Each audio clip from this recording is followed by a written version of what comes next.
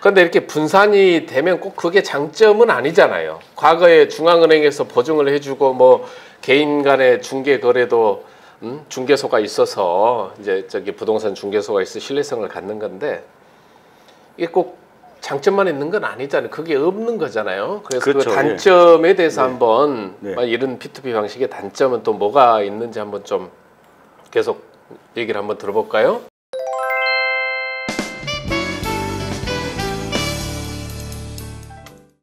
만약에 우리가 중앙은행에서 만약에 어떤 은행을 쓰시는지 모르겠지만 은행의 계좌를 다 모아놨는데 은행에 갑자기 해커가 침투가 돼가지고 은행 시스템이 다운됐어요. 그러면 송금 못하죠. 못하죠. 못하죠. 네, 못하죠. 그게 중앙 시스템의 단점이에요. 반면에 분산형 시스템에서는 그런 하나의 은행이나 어디가 망가지고 정전이 돼도 여전히 시스템이 돌아간다는 장점을 가지고 있습니다. 근데 단점은 뭐냐면 아까 계속 말씀드렸지만 그 분산형을 유지하고 있는 각각의 컴퓨터들 얘네들을 신뢰하기가 어렵다는 거예요. 그러네. 다른 정보를 가지고 있을 수 있으니까. 그럼요. 예, 속일 수 있다는 거죠. 블록체인 기술은 이렇게 P2P 방식의 블록체인 기술은 네. 우리가 흔히 뭐 무결성이다, 네. 또는 뭐 완벽하게 동일한 정보들을 가지고 있기 때문에 시스템이 안정돼 있고 일관적이고 한다 뭐 이렇게 얘기를 하는데 네. 그게 왜 그런 건가요? 왜 그런 말들을 그게 하는 일종의 건가요? 민주주의의 역할입니다. 다수결. 민주주의, 다수결. 다수결. 그러니까 이런 거죠. 개개인은 믿을 수 없어요. 개개인. 컴퓨터들이 예를 들어서 10대가 있다고 네. 쳐요. 그러면 사람이라고 칠게요. 사람. 네, 사람. 분명히 이 중에 거짓말쟁이가 분명히 있어요. 네. 어떠한 현상, 그러니까 우리가 수사를 예를 들면 교통사고 현장을 딱 예를 들면 목격자가 한 명만 있는 게 나을까요? 여러 명 있는 게 나을까요? 많이 있을수록 좋죠. 그렇죠. 네. 그래서 여러 명의 목격자를 두겠다라는 것이 블록체인의 원리예요. 여기 목격자. 예를 들어서 이제 우리 낙차지기님이 집에서 사과를 가방에 넣어갖고 갔어요. 그랬는데 과일 가게를 들어갑니다. 과일 가게에서 사과를 집었어요. 네. 계산하려고 갔는데 내 가방에 문이 열려 있는 거야. 그래서 똑같은 사과가 하나 들어가 있어요. 그럼 주인이 볼 때는 이 사과 훔친 사과처럼 보이는 거야. 그럼 낙타지기님은 내가 들고 있는 이 사과 이게 내 거라는 걸 증명 어떻게 하시겠어요? 못하죠. 어떻게 증명해? 뭐 예를 들어서 원래 처음부터 있었다 그래야지. 근데 그거는 자기만의 주장이잖아요. 네, 그렇죠. 영수증이 있었다든지 아니면 뭐 다른 사람이 보아서 알고 있다. 뭐 이렇게 또는 이 과일을 샀던 옆에 과일집에 가서 목격자를 데려오든지 그렇죠. 그런 거죠. 네. 근데 그 목격자가 한 명이야. 한 명인데 되게 친해. 우리 저기 낙차지기면 되게 친해. 네. 거짓말할 수도 있어. 신뢰를 좀 못하지. 못하죠. 네, 둘이 친하니까 거짓말할 수 있다. 그러면은 그 목격자가 100명이 됐어요. 맞다. 그러면 그거는 신뢰할 수 있죠. 네. 그래서 각각의 컴퓨터들, 각각의 사람들을 다수결로 많이 모아서 야, 그 블록에 있는 그 거래 내역 있잖아. 나도 봤는데 그 거래가 맞는 진실한 거래야. 그게 거래야. 그러니까 이걸 우리가 블록에다 기재를 하자. 그렇게 약속을 해주는 컴퓨터들이 많으면 많을수록 그 신뢰가 높게끔 만들어 놓은 시스템이 블록체인 시스템입니다. 아, 그게. 네네. 중앙화된 어떤 방식으로 모든 데이터라든지 정보들을 갖다가 보증해 주는 시스템보다는 네. 여러 명이 네. 이렇게 보증을 해주는 게 더 안정적이고 무결성을 갖는다 이렇게 이해를 하면 되겠네요. 그렇죠. 예를 들면 우리가 거래를 할 때 이런 거죠. 제가 만약에 그 낙타지기님한테 10,000원을 보냈어요. 네. 그러면 나는 10,000원을 보낸다는 얘기를 전 세계에 떠들어요. 전 세계에. 그 각각에 보낸다라는 정보가 각각의 블록들이 다 있는 거예요. 그렇죠. 그렇죠. 그 블록들을 유지하고 가지고 있는 사람들을 노드라고 그러네요. 네, 노드라고 하는 겁니다. 그런 사람들을 노드. 네, 네, 네. 그럼 그런 사람들이 그 하나의 블록을 그 정보를 완벽하게 거기 해석한다고 해야 되나요? 계산해서 네. 블록을 완성하는 걸 채굴이라고 그러나요? 네, 그걸 채굴이라고 하는 겁니다. 그 이제 수학적인 문제로 서로 해결을 하고 풀고 그 상당한 시간이 걸리죠. 그게 이해하는 게 꽤 어려운 거거든요. 네. 자, 노드까지 이해했어요. 노드까지 이해했죠. 블록에는 동일한 정보, 동일한 데이터들, 정보들이 들어있다라고 하는 것까지 이해했고, 노드가 채굴을 한다라고 하는 거는 그럼 좀 어떤 의미인가요? 정확하게? 노드가 채굴을 한다는 건 뭐냐면 네. 예를 들어서 이제 제가 그 낙타지기님한테 10,000원을 보냈다라는 거를 네. 많은 사람들이 알고 있어요. 알고 있어요. 다 보냈어요. 각각의 블록에 내가 10,000원을 우리 이 박사한테 받았다. 네. 내 블록에도 있고 ABC 블록에도 다 그런 데이터가 동일하게 있단 말이죠. 네. 네. 근데 그러한 거래 내용이 한 명만 거래를 했을까요? 전 세계 수천 명, 수만 명이 거래를 하겠죠. 그렇죠. 그거를 나는 언제 하겠다, 나는 언제 하겠다고 얘기하는 건 없죠. 그렇죠. 지금 동시다발적으로 막 수천 명, 수만 명 거래를 할 겁니다. 네, 거래를 하겠죠. 그럼 인터넷상으로는 그런 정보들을 막 떠돌아다닐 거예요. 그러면 일단 노드들은 그 정보를 다 받아요. 다 받아요. 그럼 기존에 만들어 놓는 블록들이 있어요. 내 컴퓨터 모드들마다 네. 그때 2009년부터 현재 시점까지 만들어진 모든 블록들을 내 컴퓨터에 가지고 있습니다. 가지고 있어요. 그러면 새로 들어온 전 세계 수천 수만 건의 거래들이 계속 들어오고 있는데 그러면 모든 노드들이 똑같은 정보를 갖고 있겠어요? 서로 다른 정보를 다를 수 있죠. 네, 다를 수 있어요. 그러면 일단은 그 중에 가장 똑똑한 노드가 이제 빨리 계산을 해보는 겁니다. 맞아. 이게 틀린 정보인지 가짜 정보인지 모르겠으나 일단 수천 수만 개를 다 기록을 합니다. 장부에다가. 그래서 이걸 한 권에 묶어서 블록으로 만들어요. 그 블록을 만든다는 얘기는 이 블록을 완성시키기 위해서는 아무나 쉽게 블록을 완성시키지 못하게끔 수학적으로 어려운 문제를 제출합니다. 이게 무슨 말이냐면 아무나 만들어버리면 1초마다 이거 제 거가 맞아요, 제 거 맞아요 우길 수가 있잖아요. 그러지 않고 진짜 컴퓨팅 파워가 되게 좋은 컴퓨터 사양을 가지고 내가 모았던 수천 수만 건의 장부를 한 통에 넣어서 내가 먼저 블록을 만들었어요 라고 선언을 하는 겁니다. 선언을 하면은 이 블록이 다시 전 세계에 뻗쳐 있는 노드들한테 다 보내요. 다시 또 정보가 네. 들어가서 그러면 그 친구들은 이 블록 안에 들어가 있는 데이터와 네가 가지고 있는 정보가 맞다라는 거를 우리 검증해 줍니다. 검증해 주로 예. 서로 예. 보증을 하는 거네요. 예. 그래서 먼저 검증을 해주면 그게 다시 또 약속과 같이 다 노드들이 자기가 갖고 있는 블록에 다 첨부를 해버려요. 그러면 하나의 블록이 완성이 되는 겁니다. 근데 거기서 만약에 전혀 다른 정보를 받은 블록이 나중에 튀어나왔어요. 그럼 걔는 합의된 게 없는 거야. 먼저 컴퓨팅 파워를 가지고 했던 거는 먼저 빨리 블록들이 다 해서 전 세계 예를 들어서 7,000개 블록 노드들이라면 거기서 거의 한 7,000개 노드가 다 이 정보를 받았는데 나중에 뜬금없이 하나가 튀어나왔잖아요. 그럼 이걸 다 버려요. 그냥 새로 나온 정보는. 자동적으로? 네, 자동으로 버려요. 그래서 먼저 다수결의 원칙에 의해서 먼저 이 정보가 맞아라고 검증해 준 것만 거래가 성사가 되는 겁니다. 일종의 민주적인 시스템이네요. 네, 민주주의 네, 방식이네요. 네, 네. 다수결에 의한. 그렇죠. 그래서 노드는 그 채굴 한다는 것은 새로운 블록을 만드는 과정이네요. 네, 네, 네. 그 시간 많이 걸리던데. 많이 걸려요. 저도 휴대전화에 보면 채굴하라고 무슨 무슨 게 있는데 네.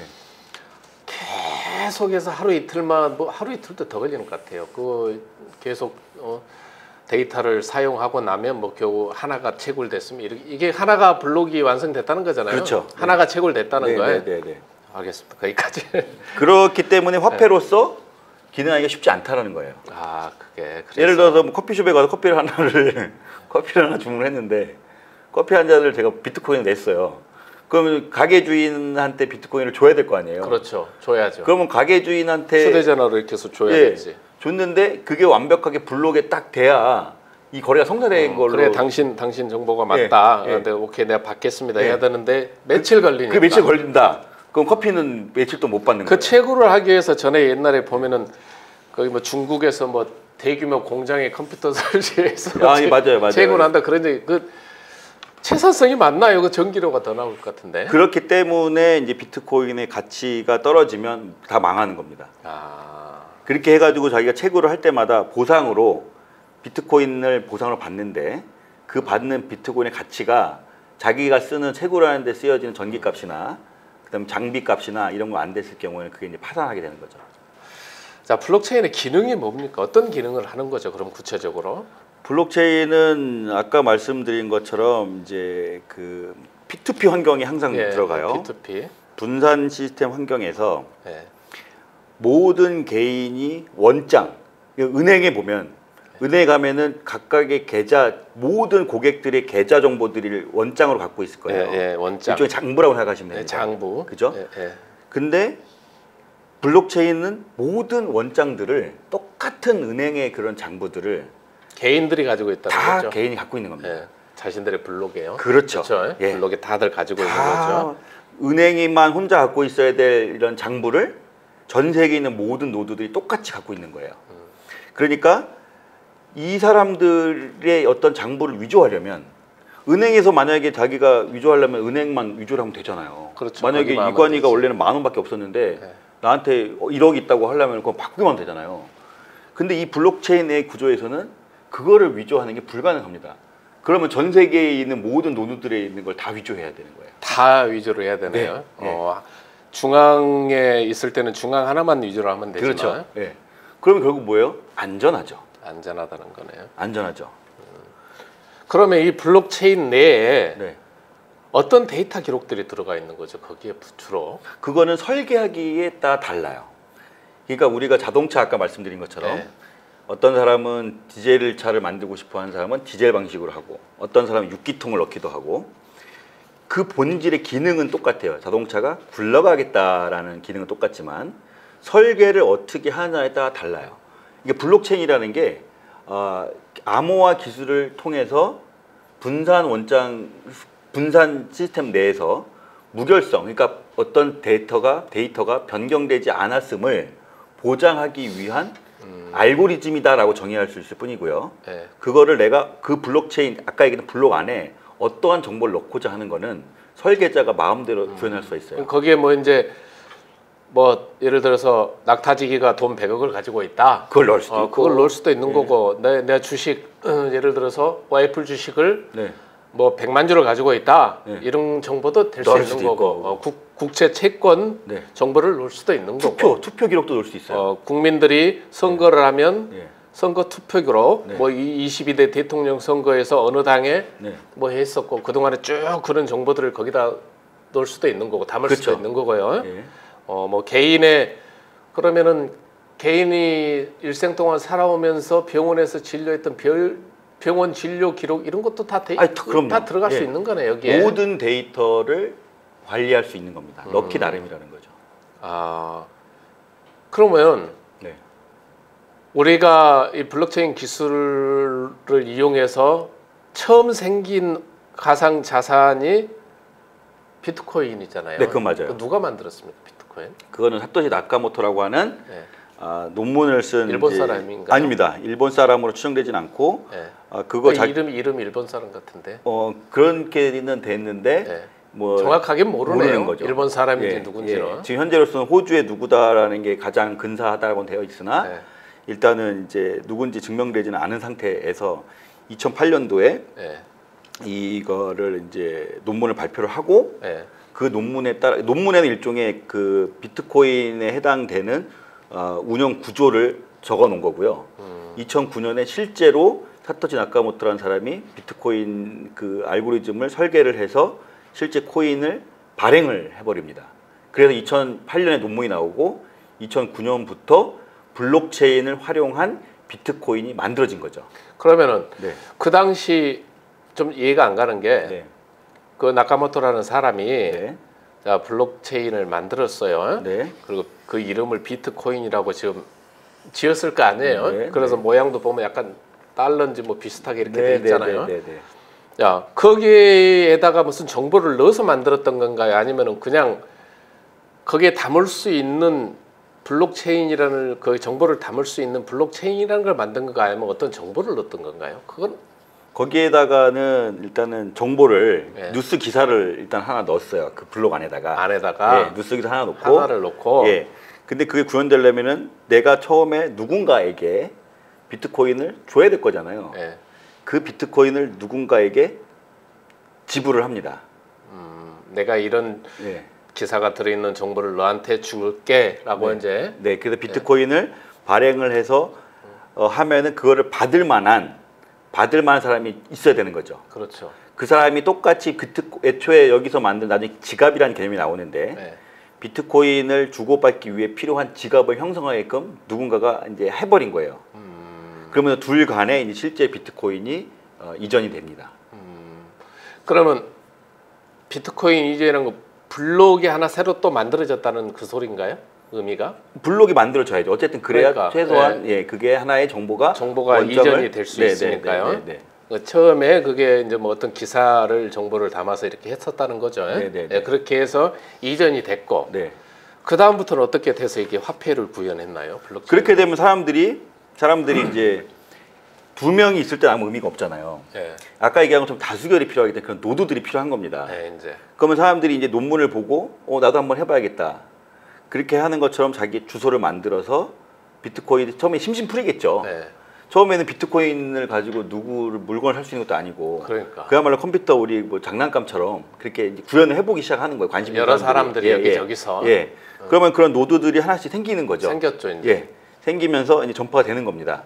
그러면서 그때 마침 이제 이 미국에서도 은행이 파산되고 막 이런 시즌이 있었어요. 예.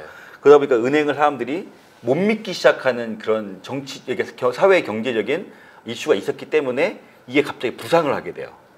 그러니까 처음에 사토시 나카모토가 2008년에 이 논문을 쓰게 된 것도 야 중앙은행 어떻게 믿니? 예를 들어 보통 요즘에 은행 같은 거 보면은 누가 고위층 뭐 은행 관계자가 뭐 부당하게 대출을 한 기사도 나오고 어떤 사람은 일반 그 과장급인 사람이 뭐 700억, 1000억을 횡령했다는 얘기가 나오고 막 이런 거잖아요. 그게 결국은 고객도 돈이거든요. 그러면 과연 우리가 은행이라는 걸 믿고 했는데 어떻게 믿니?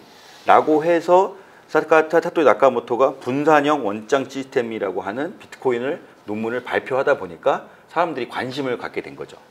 물론 이전에 그 1980년도에 이미 데이비드 차움이라고 하는 박사가 이 원리를 고안을 하긴 했었어요. 아, 처음에? 네, 오래됐네요. 오래된 기술이에요. 네. 그러니까 암호화폐, 그러니까 분산형을 통해서 익명성을 가지고 현금과 같은 역할을 하는 그런 디지털 화폐를 만들겠다는 구상은 1980년대부터 나왔지만 아무도 관심을 갖고 있지 않다가 나중에 이제 사토시 나카모토가 2008년도에 그런 논문을 쓰고 사회 경제적인 이슈랑 편승하게 되면서 갑자기 급부상하게 된 겁니다. 네. 그러면서 여러 사람들이 이제 블록 당연히 만들어야 될 것이고 네. 거기에 있는 네. 정보가 동일한지 이렇게 비교를 하게 네. 됐잖아요. 네. 지금 그러면 실제 비트코인을 주고받는다. 비트코인 그 안에 있는 블록 내에는 네. 지금 특별한 다양한 정보가 있는 건 아니네요. 그렇죠. 오로지 비트코인을 누구한테 줄게, 누구한테 내가 받았어. 이런 것들에 대한 블록들의 그냥 장부의 거래 내용만 있는 겁니다. 그러니까 지금 장부만 했는데 그지 장부에 특별한 기록이 없는 건 아니네요. 예, 그렇죠. 그리고 이제 제가 아는 뭐 제가 알기로는 뭐 네. 그게 뭐 2만 몇 개밖에 뭐 20만 몇 개 뭐 이렇게밖에 생산이 안 된다 이러거든요. 예, 2,100만 개. 2,100만 개. 예. 왜 그래요? 그거는 마음대로 그냥 만들 수 있지 않나요? 아, 그거는 설계를 할 때 예. 모든 게 구현이 가능하다 보시면 됩니다. 내가 설계를 할 때 네. 무한대로 만들 수 있겠다 설계를 하는 사람도 있을 거고 예. 어떤 사람은 아니야 이거는 이 정도까지만 만들면 되겠어 이렇게 생각하는 사람도 있을 수 그러면 있거든요. 지금 비트코인은 그렇게 설계가 된 겁니다. 2,100만 개만 만드는 걸로 처음에 그 뭐 설계를 해서 네. 이제 했던 거네요. 이렇게 예를 드시면 돼요. 보통 우리가 밀레니엄 때 2000년도 네. 밀레니엄이라고 해서 난리가 날 것처럼 그랬죠. 막 그랬잖아요. 그랬죠. 그게 왜냐하면 1900년도와 2000년도를 동일하게 표현을 하기 때문에 걱정을 했던 거거든요. 그러면 1900년이라고 하는 거를 처음에 그 당시 그러니까 컴퓨터를 처음에 만들었을 당시에 이 사람들 입장에서는 두 자릿수만 계산하면 우리가 1980년 쓸 때 그냥 일부를 빼고 80만 쓰잖아요. 옛날에 그랬잖아요. 그죠? 지금에야 2000년도가 있으니까 그렇게 쓰지만 그때 애초에 수학적으로 계산할 때 야 우리 19라는 거는 계산하지 말자. 둘의 영역만 우리가 그 연도 계산에 넣자라고 설계를 했기 때문에 결국은 2000년도를 표시하지 못하는 문제가 발생한 거예요. 아 그러면 만약에 이참에 비트코인을 만든 사람이 뭐 5천만 개를 했으면 그냥 5천만 개 만들어지는 거네요. 그럼요. 그럼 지금 이 2,100만 개가 전부가 채굴이 됐나요? 아니죠. 아직 지금 채굴이 안 되고 계속 뭐 되고 있고 계속 앞으로 하는 뭐, 상황이고 채굴이 되고 있는 상황이죠. 그러니까 그게 저는 궁금한 게 이게 좀 화폐로서 구현이 저 가상화폐로 통용이 되는 거잖아요. 지금 네. 뭐 돈을 주고 사고 팔고 하고 있잖아요. 네. 네. 그게 가능한 게 뭐 특별한 기술이 있어서가 아니고 네. 결국은 이거를 사고 팔다 보니까 하나씩 가지다 보니까 화폐인 것처럼 인식을 하는 건가요? 그게? 그 우리가 쓰는 일반 그 물물 교환 시대에서 예. 돌멩이나 금이나 그다음에 이런 금속 화폐나 이런 거를 했을 때는 똑같은 상황이에요. 처음에 만약에 정부에서 보통은 사람이 우리가 쌀과 뭘 보리를 교환을 했던 시대에서 정부가 갑자기 나타나가지고 야 앞으로 이 돌멩이 갖고 쌀을 할 수 있어라고 했을 때 사람들이 믿겠어요? 안 믿죠. 이게 무슨 놈의 내가 예전에는 쌀을 가지고 내가 뭐 다른 뭐 물이나 이런 거 소금을 같이 교환했는데 갑자기 이런 되도 않는 돌을 갖고 와서 하라고 하니 그때는 아무도 안 믿는 겁니다. 그땐 그 돌을 누구도 사지 않아요. 근데 그게 누군가 신뢰를 주고 공인됐다고 하면은 굳이 우리가 쌀을 들고 가지 않고 화폐를 하나 들고 가서 그렇죠. 이거는 충분한 가치가 있습니다라고 하는 것처럼 비트코인도 사람들 인식에 아 이건 충분히 안전하고 이거를 그냥 돈으로 주고 거래를 해도 내 돈을 잃어버리지 않겠다는 믿음이 있으니까 주고 팔고 사고 하는 겁니다. 네. 우리가 막 티머니라고 하고 하는 것들, 네네네. 티머니도 결국 그 이런 저 P2P 방식의 거기 블록체인 기술을 이용한 거죠. 이것도 티머니라고. 아닙니다. 티머니 이거 티머니나 우리가 얘기하는 뭐 가상화폐도 있잖아요. 네. 뭐 실물화폐가 있고 실제 지폐가 있고 그다음에 전자화폐가 우리가 블록체인 기술을 이용한 그거를 전자화폐라고 하는 건 아닌가요? 아닙니다. 그거는 전자화폐라고 하는 거는 네. 전자금융거래법 상으로 네. 보통 우리가 많은 무슨 페이들 있잖아요. 우리 커피숍에 가서 할 때 네, 페이들 그렇죠. 많은 페이들이 있어요. 네, 포인트도 그렇죠. 네. 그런 거는 블록체인 방식의 분산형이 아니고 다 회사가 끼고 있잖아요. 회사가 보증을 그렇죠. 하는 거니까요. 회사에서 내가 미리 다른 포인트나 돈을 주고 했으면 그걸 대신하여 그 전자화폐로 환원을 해주고 그 전자화폐를 사용을 했으면 그에 맞는 내 돈을 또 뽑아가요. 그럼 결국은 회사가 개입이 되어서 주는 서비스이기 때문에 그거는 이제 전자화폐를 우리가 말하는 암호화폐라고 볼 수는 없습니다. 그러면 암호화폐는 순수하게 거기 블록체인 기술을 이용한 P2P 방식의 그걸 우리는 암호화폐라고 보통 부르죠. 그 거래가 돈을 주고 거래가 되는 그거를 암호화폐 이렇게 얘기를 하는 거네요. 틀린 거네요. 실물화폐, 전자화폐, 암호화폐는 틀린 거네요. 다른 틀린 거네요. 알겠습니다. 예, 다음 영상에서는 블록체인 방식에서 앞으로 유의를 해야 될 게 무엇이고 또 해결해야 될 과제들이 무엇이고 앞으로 이 가상 자산에 대한 어떤 전망은 또 어떨 것인지 쉬운 말로 내가 돈을 투자해도 되는 건지 안 되는 건지에 대한 그 얘기를 계속 이어가도록 하겠습니다.